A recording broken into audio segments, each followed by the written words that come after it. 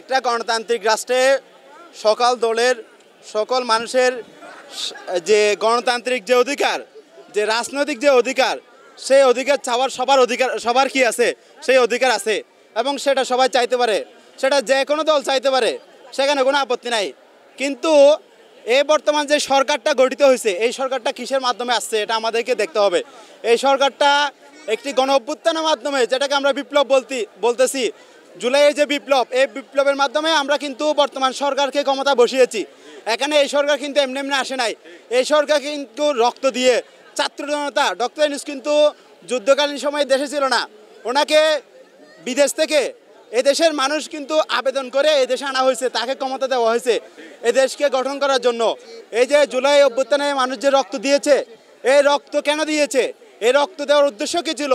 যে আমরা নতুন একটি বাংলাদেশ চাই, আমরা সবার অধিকার চাই এবং আমরা এই দেশের স্বাধীনতা উপভোগ করতে চাই। সেই স্বাধীনতা উপভোগ করার জন্য, সেই অধিকার আদায়ের জন্য, সেই অধিকার চাওয়ার জন্য আমরা কিন্তু রক্ত দিয়েছি। ঠিক তেমনি যে কোনো দল নির্বাচন চাইতে পারে, কিন্তু নির্বাচন চাইলে তো হবে না। আমরা তো বাংলাদেশ স্বাধীনতার পরবর্তী সময় থেকে দেখছি প্রত্যেকটা নির্বাচন কিন্তু এটা বিতর্কিত, এবং নির্বাচনটা দেখছি আমরা মাসেল পাওয়ারের মাধ্যমে, যে এখন একটা গোষ্ঠী সরকারি বাহিনীকে ব্যবহার করে, সরকারি ক্ষমতা ব্যবহার করে নিজেদেরকে ক্ষমতায় আনার জন্য মানুষ এবং সাধারণ মানুষকে খুন হত্যা করে ক্ষমতায় আসছে। আমরা এই ধরনের নির্বাচন চাই না।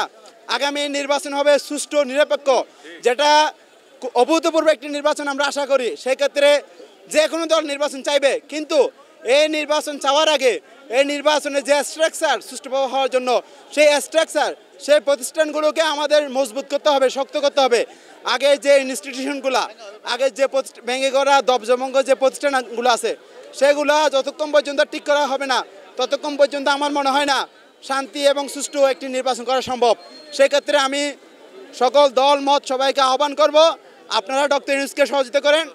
ডক্টর ইউনূস নির্দিষ্ট সময়ের মধ্যে নির্বাচন অবশ্যই দিবে। তার আগে যে বিচার, গণহত্যার বিচার করতে হবে। এদেশের সংস্কার কাঠামো কেন দরকার, এই সংস্কারটাও দরকার হচ্ছে একটি সুষ্ঠু নির্বাচনের জন্য, সেটা আমাদের বুঝতে হবে।